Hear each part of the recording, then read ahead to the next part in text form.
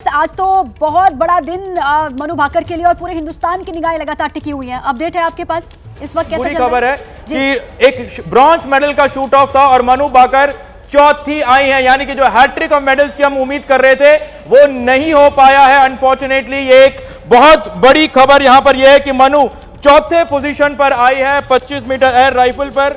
Hungarian shooter के साथ उनका शूट ऑफ था ब्रॉन्ज मेडल के लिए।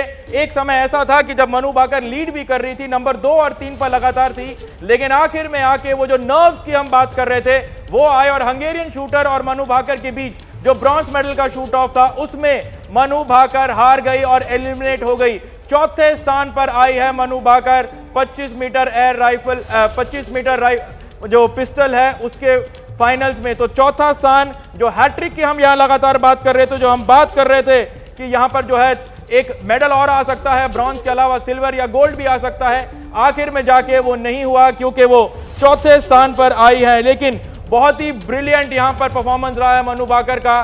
3 इवेंट में से 2 ब्रॉन्ज, आखिरी में भी वो चौथे स्थान पर आई। लगा ऐसा कि एक हैट्रिक हो जाएगा, लेकिन यहां पर एक बहुत बड़ा उलटफेर हो गया पूरे सीरीज में। चाहे हम क्वालिफिकेशन की बात करें या फिर मेन राउंड की बात करें, यहां पर लगातार यहां पर मनु भाकर कंसिस्टेंट परफॉर्म कर रही थी, लेकिन उस एन मौके पर आकर एक सीरीज जो आखिरी सीरीज था, जो एलिमिनेशन सीरीज था, जिस पे ये तय हो जाता कि मनु भाकर को मेडल मिल जाता, कम से कम ब्रॉन्ज मिल जाता, उस सीरीज में वहां पर मनु भाकर चूक गई। और वहां पर आपको बता दें कि 28 अंक के साथ, जो 28 है टोटल उन्होंने जो स्कोर है उनका वो 28 है, और ब्रॉन्ज जो है अभी जो है 31 पे गया है, यानी कि 3 पॉइंट पीछे।